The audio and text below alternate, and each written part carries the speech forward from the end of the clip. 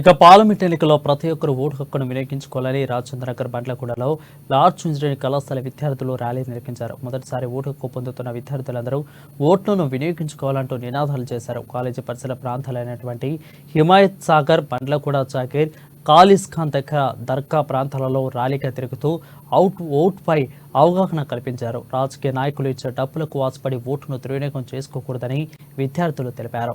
ఇక ఓటు అనేది మీ హక్కు అని దాన్ని సద్వినియోగం చేసుకోవాలని ప్రతి ఒక్కరిని కోరారు.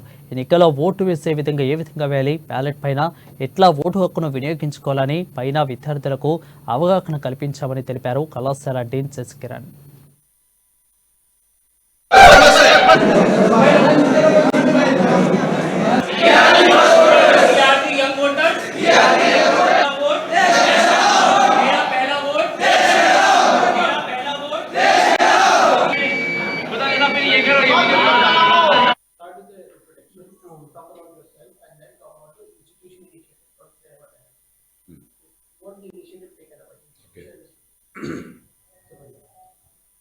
నా పేరు డాక్టర్ జె శశికిరణ్.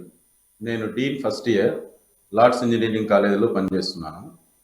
ఈరోజు వచ్చేసి మనము ఓటింగ్ గురించి విద్యార్థులకు మరియు మా దగ్గరలోని హిమాయత్ సాగర్ అనే విలేజ్ వరకు ఒక 200 నుంచి 300 మంది విద్యార్థులతో ఒక ర్యాలీ నిర్వహించాము.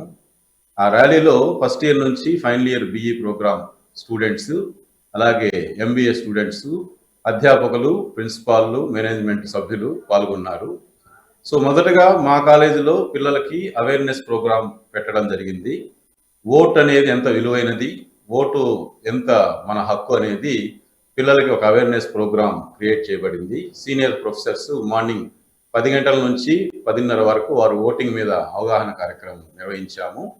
అదేవిధంగా ఈవీఎం మిషన్ ఎలా ఉంటుంది, ballot paper, postal ballot paper ఎలా ఉంటుంది, ఈవీఎం మిషన్ ఏ విధంగా వాళ్ళు వినియోగించాలి అనేది మోడల్ ఈవీఎం మిషన్స్ ఒక 30 ఈవీఎం మిషన్స్ మేము తీసుకొచ్చి ప్రతి విద్యార్థికి అవగాహన కార్యక్రమం కల్పించాము.